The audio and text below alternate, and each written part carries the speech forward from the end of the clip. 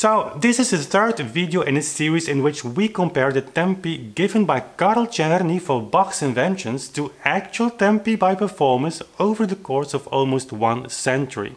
What we learn is the fact that for music that has not been industrialized too much, the gap between what we still are used to hear and what someone like Carl Czerny prescribes as correct tempo still is very big. To enhance the objectivity in our comparison, we include recordings from both pianists and players using period instruments.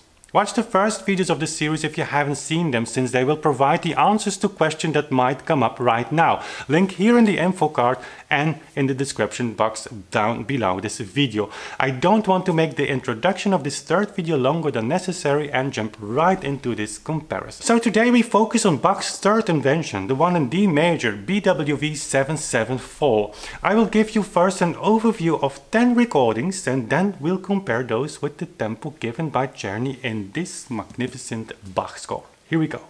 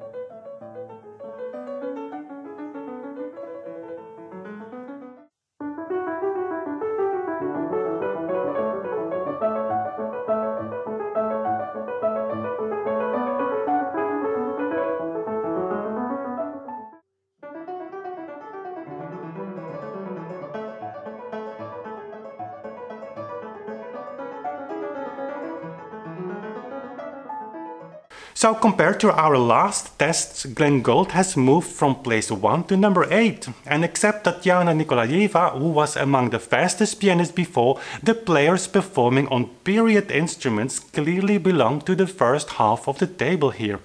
Lisitsa closes the row as usual, with the performance she herself describes as brought to the limits of what's possible, which is interesting, since it defines a clear upper limit for this invention in a pure technical sense. All tempi are given as a number for the dotted quarter note, since that is also the way Czerny notes his own metronome markdown. And now, let's add Czerny's number to the list of 10. So, with 92 for the dotted quarter note, Carl Czerny again is significantly faster than all the players of this test group. Even Lisitsa falls 15% short. Gieseking, whose tempo, by the way, is so irregular, a shock even to me for a musician with such a reputation, that it was not easy to measure, but on average he's 22% below Czerny. Gold 28%. And from Schiff with 41% below Czerny, we enter the group of musicians that on average are about 50% slower than Czerny, at least if we read Czerny's metronome mark as we do today. And as our musicologists keep telling us, it is the only way possible. We of course all know better.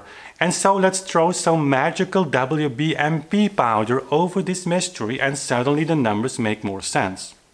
We now have two musicians, Nikolayeva and Koopman, who are exactly equal to Czerny in whole beat. And when we accept a 10% margin, three other musicians join the group, Landowska, Leonard and Kirkpatrick.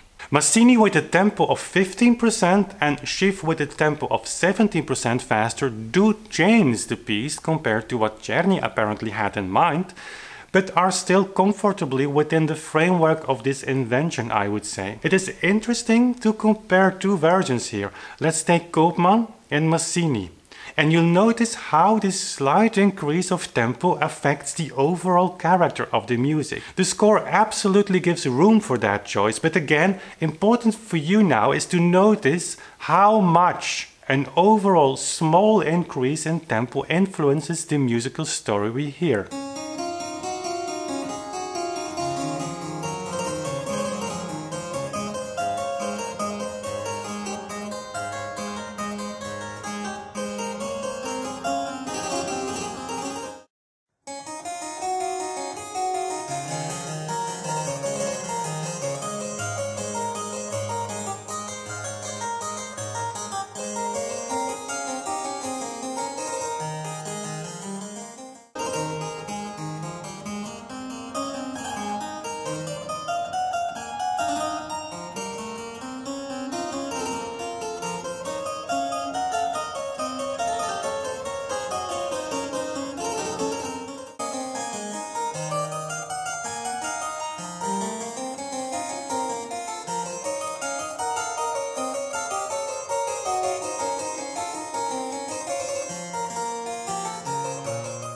When I compared these recordings with that of Lisitsa, my thoughts went to the quote of Moschlus I shared with you in one of the last videos, in which he said that he was happy to hear Bach again in a concert, but that Bach fugue was taken in a prestissimo tempo.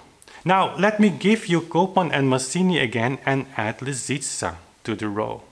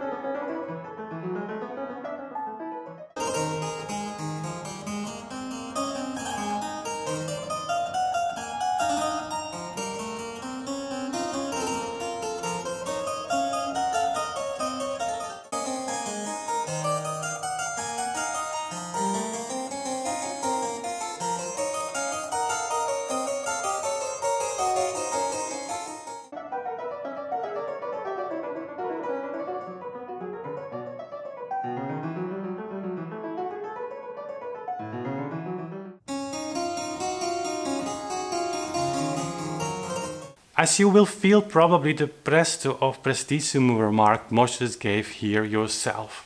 In the way Lisitsa plays, this invention becomes a kind of study and technique rather than incantably playing as wanted by Bach. On average, the performances show an average tempo for this Bach piece, Gold, Gieseking and Lisitsa included, of 56 in half beat for the dotted quarter note, a tempo that is only 22% above what Czerny had in mind.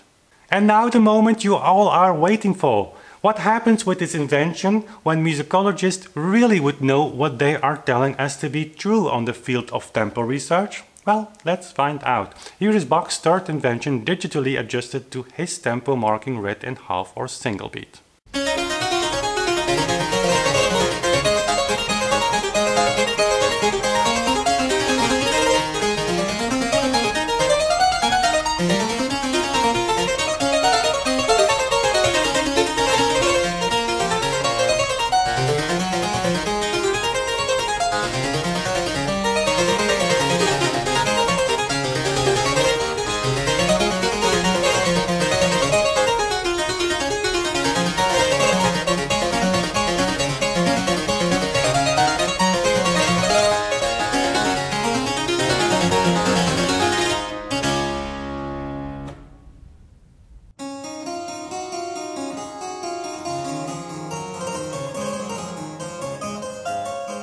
Luckily, we are smarter than that, and for this contest we can call Nikolayeva and even Ton Koopman as the winners of today.